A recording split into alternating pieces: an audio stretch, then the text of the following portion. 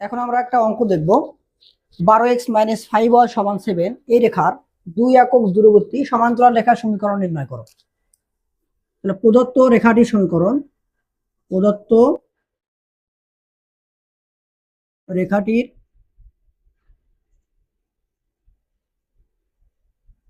সমীকরণ 12x - 5y পার করে দেই -7 = 0।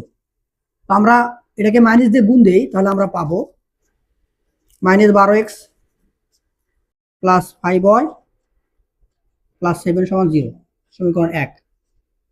এখন 1 নম্বর রেখাটির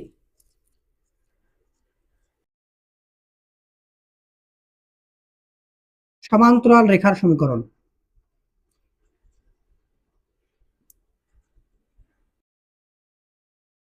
সমান্তরাল রেখার সমীকরণ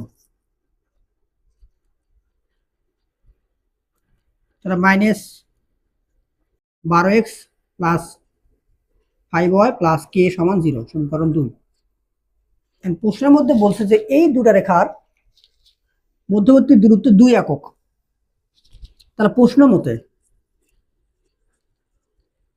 আমরা একটু আগেই দুটি সমান্তরাল সরলরেখার মধ্যবর্তী লম্ব দূরত্ব নির্ণয়ের সূত্র শিখে আসলাম।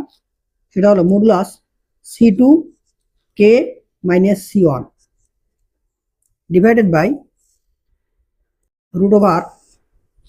√x এর সহগ স্কয়ার -12 স্কয়ার প্লাস y এর সহগ স্কয়ার 5 স্কয়ার সমান, এটা কত একক? 2 একক। এটা প্রশ্নের মধ্যে বলছে। তাহলে বা মডুলাস k - 7 ডিভাইডেড বাই 144 আর 25 এর বর্গমূল করলে হবে 13 = 2। আমরা যদি বর্গমূলটা তুলে দেই, পরের লাইনে +-2 দিতে হবে। বা k - 7 ভাগ 13 সমান +-2।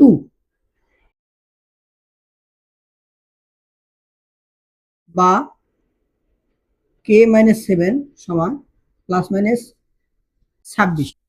বা k 7 +-26। অতএব k সমান, পজিটিভ নিলে আমরা পাবো 33 এবং k সমান -19। এখন k এর মান 2 নম্বর সমীকরণে বসিয়ে